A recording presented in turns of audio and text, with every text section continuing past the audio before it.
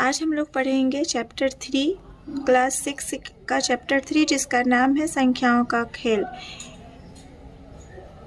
हम संख्याओं का प्रयोग विभिन्न संदर्भों और विभिन्न तरीकों से अपने जीवन को व्यवस्थित करने में करते हैं। हमने संख्याओं का प्रयोग गिनने में किया तथा उन संख्याओं पर आधारभूत संक्रियाओं जैसे जोड़ना, घटाना, गुणा तथा भाग का उपयोग करते हुए दैनिक जीवन की संख्याओं से संबंधित समस्याओं को हल करने में किया। कह रहा है कि हम संख्याओं का प्रयोग जो है अपने दैनिक जीवन में विभिन्न कामों में करते हैं। संख्याओं का प्रयोग करके हम क्या करते हैं?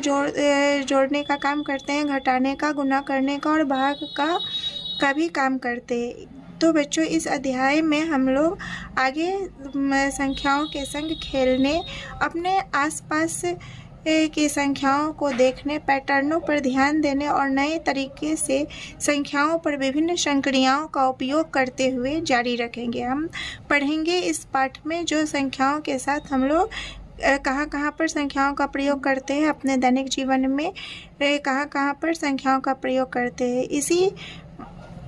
इसी पाठ में आगे गणित चर्चा में दिया गया है जो विभिन्न परिस्थितियों के बारे में सोचिए। मतलब अपने दैनिक जीवन के विभिन्न परिस्थितियों के बारे में सोचिए जहां हम संख्याओं का उपयोग करते हैं। 5 विभिन्न परिस्थितियों की सूची बनाइए जहां हम संख्याओं का उपयोग करते हैं। अपने सहपाठियों द्वारा बनाई गई सूची को देखिए, उसे साझा कीजिए और उस पर चर्चा कीजिए। तो मैंने आपकी को मदद करने के लिए ये सूची बनाई है। 5 ऐसी परिस्थितियों की सूची बनाई है जो इस प्रकार है। जो 5 ऐसी जगह जहाँ पर हम लोग संख्याओं का प्रयोग करते हैं। तो पहला है पार्क में या स्कूल में, जहाँ लोगों की संख्या गिनने में हम लोग संख्याओं का उपयोग करते हैं। स्कूल में विद्यार्थियों की संख्या, शिक्षकों की संख्या, पार्क में कितने लोग आए हैं इसकी संख्या जानने के लिए हम लोग संख्याओं का ही प्रयोग करते हैं। दूसरी परिस्थिति है किसी व्यक्ति की ऊंचाई या वज़न जानने में। कोई व्यक्ति कितना लंबा है, उसका वज़न कितना है, ये सब जानने में भी हम लोग संख्याओं का ही प्रयोग करते हैं। कहते हैं ना, जो ये व्यक्ति 20 केजी का है, 30 केजी का है, या इसकी ऊंचाई 3 फीट है, 2 फीट है, तो इसमें हम लोग संख्याओं का ही प्रयोग कर रहे हैं।